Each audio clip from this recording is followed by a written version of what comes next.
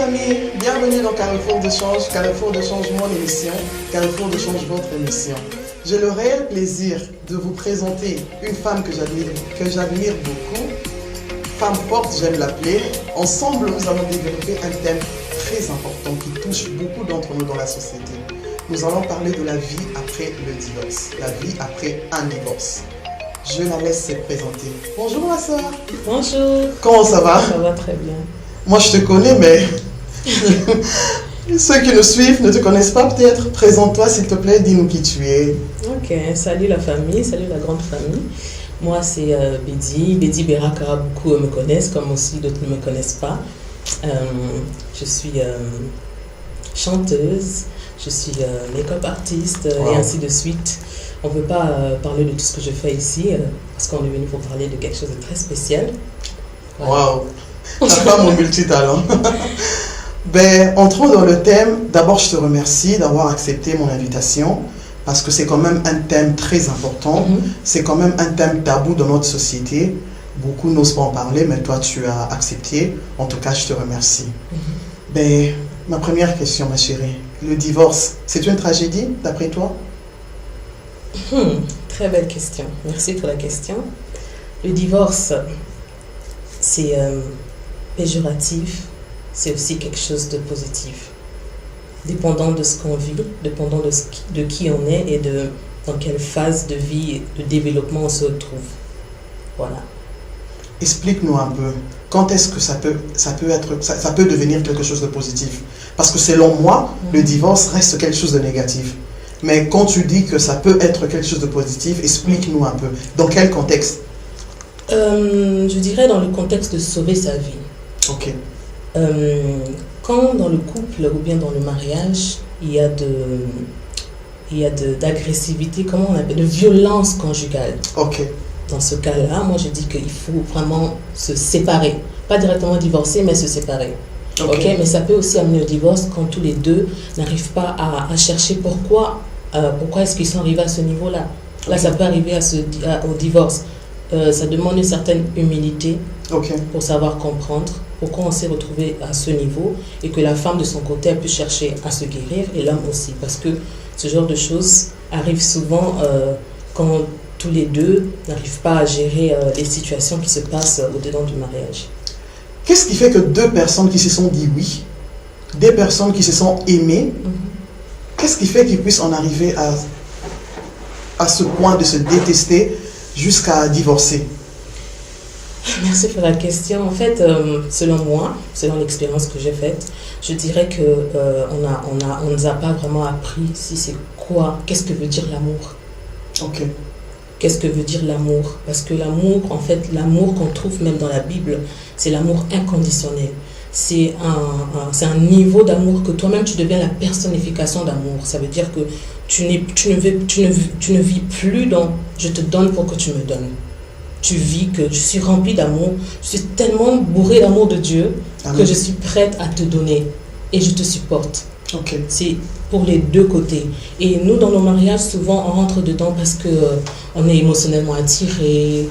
Elle est belle, il est beau, il est charmant, ou bien elle a de l'argent. C'est toujours par certains intérêts.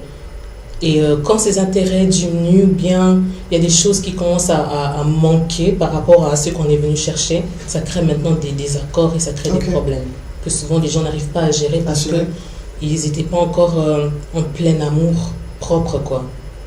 Ok. Ouais. Ma chérie, je vois que tu es chrétienne parce que moi aussi je suis chrétienne.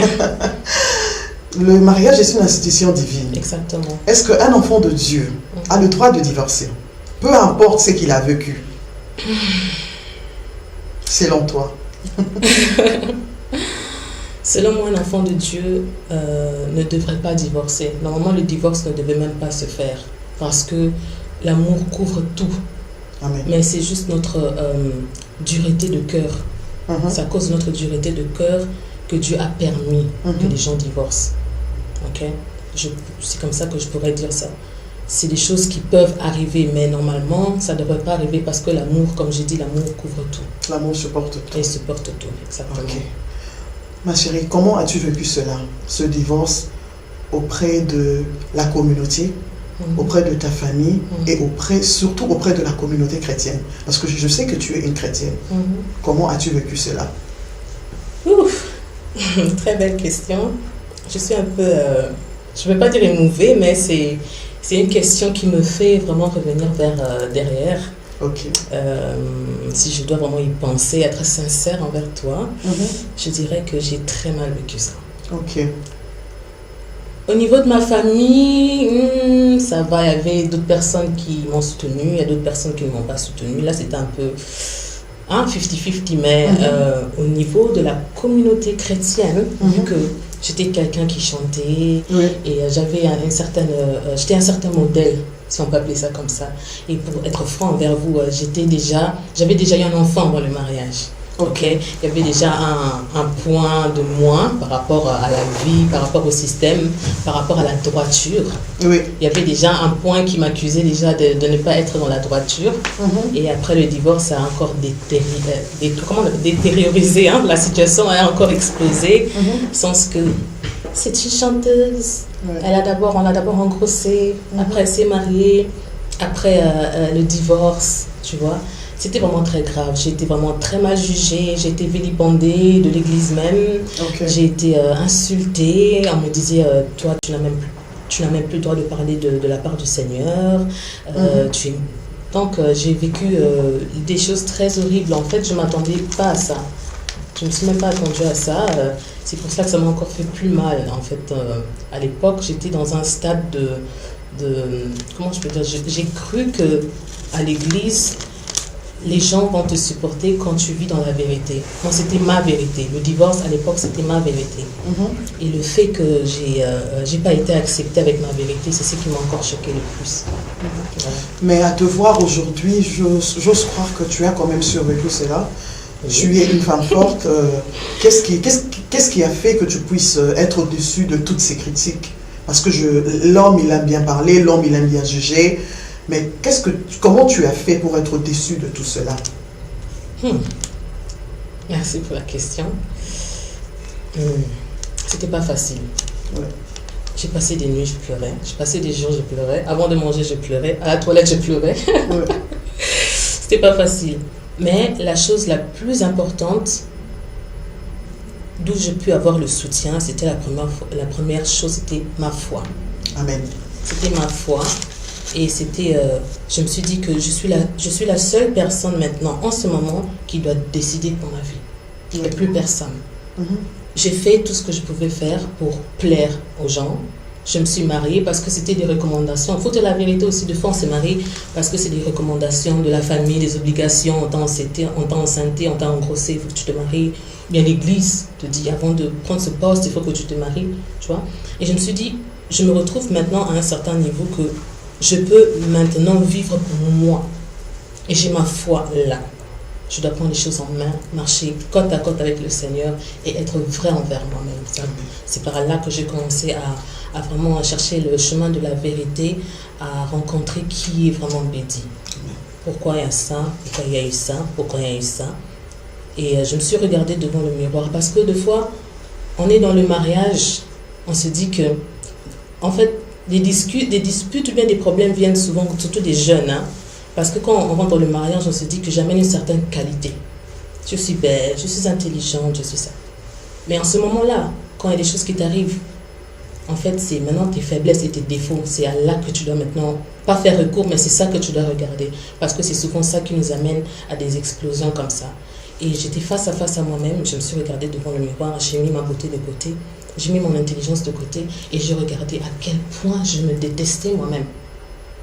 Je me suis rendu compte que je me détestais moi-même. Je mettais des produits parce que je voulais ressembler à des métisses. Je mettais ça, je faisais ça. En fait, je me suis rendu compte que je me détestais moi-même. Donc, si je t'ai bien compris, tu t'es mariée pas par amour.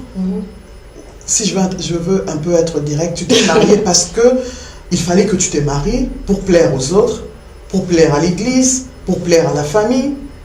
C'est pas vraiment ça. Aujourd'hui, je pourrais dire que c'était pas l'amour. Mais à l'époque, pour moi, c'était la compréhension que j'avais de l'amour. Que si tu ressens quelque chose pour quelqu'un, si tu sens que tu te sens attiré. Pour moi, en fait, à l'époque, par rapport à l'enseignement que j'avais reçu, ou bien par rapport à ce que j'avais appris, c'était ça pour moi l'amour. Mais après avoir vécu ce genre de choses, j'ai compris que l'amour, tu ne peux pas aimer l'autre quand toi-même tu ne t'aimes pas. Tu ne peux pas aimer l'autre quand toi-même tu ne t'acceptes pas. Quand toi-même tu as des choses en toi que tu n'acceptes pas, tu vas toujours commencer à chercher les défauts chez l'autre et tu vas toujours trouver. C'est ce que j'ai compris pour moi en fait. Et c'est ce qui m'a sauvé la vie. À quel moment est-ce que tu as senti que toi-même tu ne t'aimais pas? Après tout ce qui m'est arrivé, je suis vraiment rentrée dans le fin fond profond. Après tout ce rejet-là, je suis rentrée vraiment dans le fin fond profond et je me suis mis face à face à moi-même. C'est comme Jacob a dit, j'ai rencontré le Seigneur. J'ai rencontré le Seigneur, c'est cette guerre-là. Peniel, j'ai vu Dieu. C'est une guerre, hein? Ouais. C'est une guerre, ça fait très mal de voir Dieu comme ça, de voir ce divin-là que tu aimes tant, de le voir se manifester dans ta vie et de voir en fait comment toi-même tu t'es traité pendant tout ce temps-là. C'est un peu difficile à comprendre. Je te suis. C'est un peu difficile à comprendre, mais c'est un travail très profond. C'est un travail vraiment très profond que je conseillerais à tout le monde de faire parce que les choses ne nous arrivent pas pour rien. Quand les choses nous arrivent comme ça, c'est l'amour de Dieu qui permet qu'on passe dans certaines circonstances pour nous remettre vers lui. Pour nous remettre vers lui, pour que nous puissions voir en fait à quel niveau nous sommes déroutés de la voie du Seigneur, de la vraie voie. Parce que la vraie voie du Seigneur, c'est l'amour de Dieu. La vraie voie du Seigneur, c'est d'avoir l'amour de Dieu en soi. Tu vois? Et quand tu as l'amour de Dieu en toi, peu importe la personne que tu vas rencontrer, tu vas commencer à avoir la compassion. Même si je ne suis pas pour l'infidélité, c'est ce que je veux dire, je ne suis pas dans l'infidélité, mais tu es tellement rempli d'amour de Dieu que même si ton homme te trompe, tu le regardes comme ça, tu as pitié, tu as la compassion, tu es rempli de compassion parce que tu es devenu toi-même l'amour en fait. Ok. Tu vois? Et ouais, c'est un peu ça. Waouh. Donc, qu'est-ce que tu vas dire quand est-ce que ça fait un clic chez toi? Quand est-ce que tu as dit que c'est fini, j'en ai assez, je pars? Tu vois, des fois, comme on se marie aussi par, tu peux appeler ça le yenge par distraction, hein? C'est ça, le yenge en français c'est quoi? La distraction. Comme des fois on se marie par distraction parce qu'on croit que l'amour c'est les feelings, c'est les émotions. On se sépare aussi par distraction des fois. Ok. Ok. Donc il faut être bien préparé. Le divorce c'est... Il faut se connaître soi-même. Il faut d'abord s'aimer soi-même avant d'entrer dans le mariage. Exactement. Et je dirais encore que le divorce, c'est quelque chose pour les matures. Quand tu n'es pas mature, il ne faut pas te divorcer. Le divorce, on ne le fait pas sous la colère, on ne le fait pas sous l'émotion parce que ça a des répercussions. Après le divorce, tu peux même mourir parce que tu as fait un lien avec une personne. Okay. Et ça crée un vide. Ça ne crée pas seulement un vide physique comme ça crée aussi un vide émotionnel et aussi spirituel. Parce que quand même Dieu dit que deux personnes deviendront un, c'est pas de la blague. On se dit comme ça, 1 plus 1 égale à 1. Mais il faut s'imaginer ça un peu comme ça. Et tu te sépares, tu divorces. Et maintenant, il faut séparer le 1, que le 1 devient 2. C'est une crise. C'est comme une personne qui prenait de la drogue tout le temps et maintenant on enlève la drogue. Tu vois? C'est une crise, tu rentres dans une crise parce qu'une partie de toi n'est plus là. Je peux te poser une question? Oui. Est-ce qu'il n'y avait pas moyen de te donner une nouvelle chance dans ton mariage? Est-ce que le divorce était la seule option? Bon, pour ne pas rentrer en détail, je ne sais pas, peut-être une prochaine fois tu vas m'inviter pour rentrer vraiment en détail, pour bien expliquer, parce que moi j'aime expliquer les choses.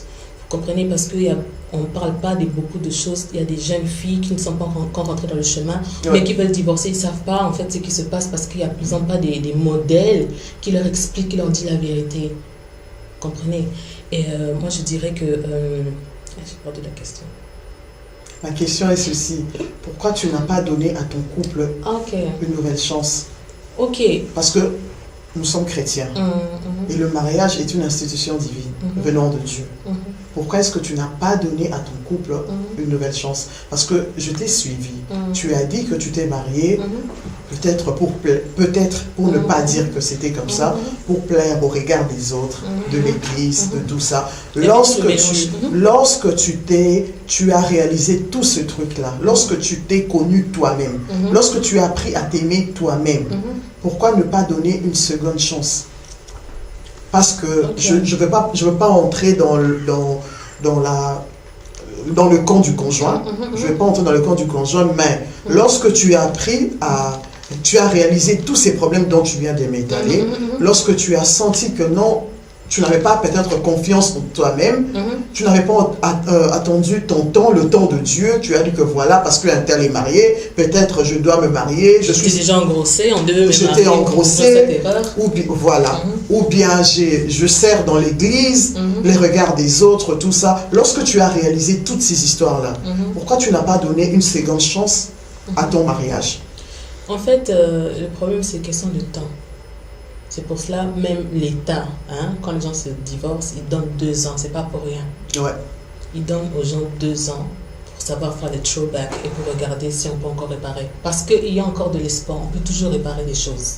Amen. Surtout que nous sommes enfants de Dieu. Exactement. Nous ne sommes pas là, c'est vraiment très important, on n'est pas là pour faire la pub du divorce. Ne nous comprenez pas mal s'il vous plaît. Parce que nous sommes enfants de Dieu. Le mariage est une institution divine. Dieu aime voir les gens ensemble. Dieu n'aime pas voir les gens séparés. Maintenant, moi j'aimerais savoir, pourquoi est-ce que, étant chrétienne, pourquoi est-ce que je dois choisir cette option? Non, c'est pas une option qu'on doit choisir. Moi, je ne conseillerais jamais à quelqu'un de prendre le divorce comme première option. Exactement. Pour moi, même le divorce, n'est même pas une option. Pourquoi? Exactement. Parce que les partenaires qu'on a, que Dieu permet, pour ne pas dire que Dieu nous donne, que Dieu permet qu'on épouse, sont souvent nos effets miroirs. Ok? Comment dans le tu sens, expliques cela? Oui, dans le sens que, vu que j'ai pas encore eu l'opportunité, ou bien j'ai pas encore travaillé l'amour propre en moi, je vais rencontrer une personne qui va me rappeler à chaque fois du travail que je dois faire. Ça veut dire à chaque fois je commencerai à voir les erreurs de mon conjoint. Alors ces erreurs-là que je veux voir doivent en fait me rappeler que moi-même je ne suis pas parfaite. Qu'il y a un travail à faire. En fait, quand des fois on veut fuir aussi le mariage, ça veut dire qu'on veut se fuir soi-même. On est en train de fuir une certaine réalité qu'on rencontre envers soi-même. Il y a des fois, il y a des personnes qui rentrent dans le mariage et se rendent compte que normalement il fallait que j'étudie avant que je me marie.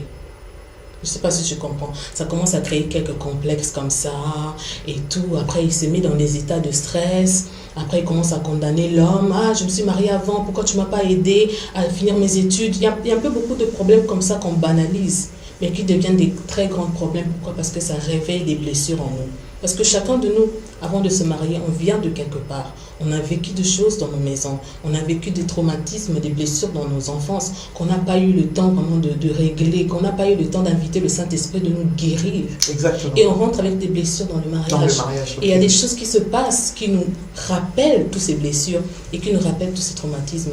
En fait, ce n'est pas une raison de fuir cette vérité-là, mais c'est une raison encore de plus de chercher à se soigner, de chercher Dieu pour se guérir et pour demander à Dieu où je me retrouve maintenant. Parce que des fois, on pense que quand on est dans le mariage, on est seulement lié au mariage. Mais il y a aussi le développement personnel dans le mariage que chacun fait individuellement, indépendant de son partenaire.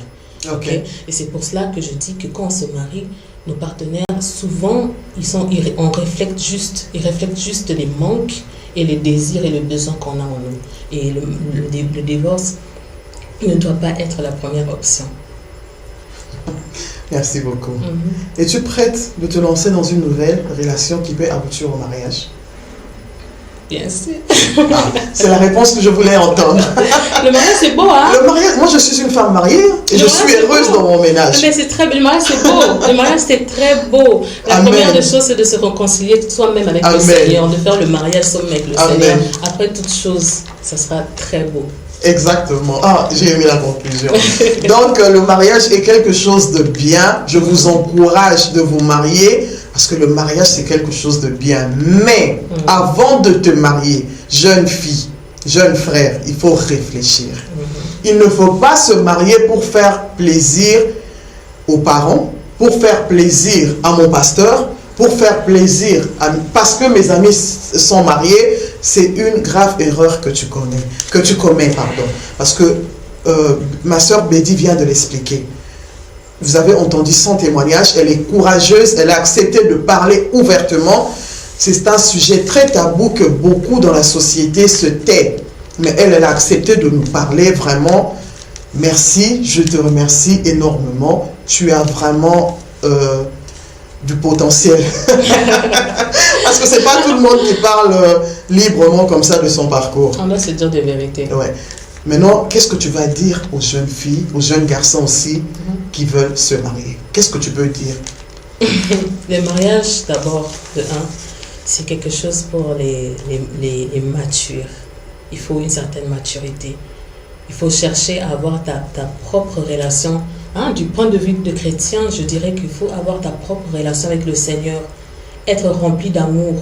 De faire un effort de se lier. On peut pas, il n'y a personne qui est parfait, mais de faire un effort de travailler sur ses traumatismes, travailler sur ses blessures intérieures, de ne pas venir de ne pas chercher une personne de l'extérieur qui va te combler. Il n'y a personne qui pourra te combler à part l'amour de Dieu. Chercher d'abord à unifier sa relation personnelle avec le Seigneur avant de chercher d'aller se rencontrer ou bien se mettre un avec une personne. Surtout, étant que chrétien, il faut que Dieu te donne la permission. Quand tu deviens un avec Dieu, tu entends la voix de Dieu, Dieu va te donner la permission et va t'indiquer vers la personne avec qui vous allez bâtir quelque chose. Le mariage, ce n'est pas un combat. On rentre dans les mariages comme si c'était devenu un combat. Non, le mariage, c'est bien. C'est deux forces, deux entités qui viennent bâtir quelque chose. Amen. Voilà. Que Dieu te bénisse abondamment. Un grand merci à vous, merci à toute personne qui prendra un peu de son précieux temps pour suivre cette émission. Vraiment que Dieu vous bénisse, que Dieu bénisse chacun d'entre vous, que vos projets soient toujours en plein succès. Je remercie personnellement la personne qui me filme à chaque fois, le réalisateur de cette émission, de l'émission Carrefour de Change, mon réalisateur Junior Akawako. Toute personne qui souhaite tourner une émission, en tout cas, je vous donne une seule adresse. C'est mon réalisateur Junior. Et un grand merci à mon papa spirituel qui est toujours là à mes côtés pour me recadrer, pour me donner des conseils. Je remercie l'homme de Dieu, l'évangéliste Arthur Mbelabouni de la ville de Arène. Un grand merci à mon pasteur, Papa Willy, à ma maman, Maman Alpha. Et un grand merci à ma maman biologique, Maman Annie, que j'aime beaucoup. Et puisqu'on a parlé du mariage, on a parlé du divorce, on a parlé du mariage, en tout cas, je remercie la personne qui m'a honoré, mon mari, Luc, là où tu es, je t'aime beaucoup. Et chers internautes, chers amis, chères familles, connaissances, merci de suivre Carrefour de Change. Merci à toutes ces personnes qui partagent mes émissions. En tout cas, que Dieu vous bénisse. Carrefour de Change est là, ouvert pour tout le monde. Toute personne qui a un sujet qui tient à cœur, qui aimerait partager pour édifier le peuple de Dieu, en tout cas, mon plateau est ouvert à tout le monde. Partagez, abonnez-vous, les personnes qui ne se sont pas encore abonnées, abonnez-vous, en tout cas, invitez, likez, partagez. Que Dieu vous bénisse. Je vais remercier quelqu'un, ma chérie. Je remercie toute la famille, je remercie les gens qui me regardent, je remercie mes enfants, je remercie le bon Dieu pour tout. À la prochaine émission. Bye.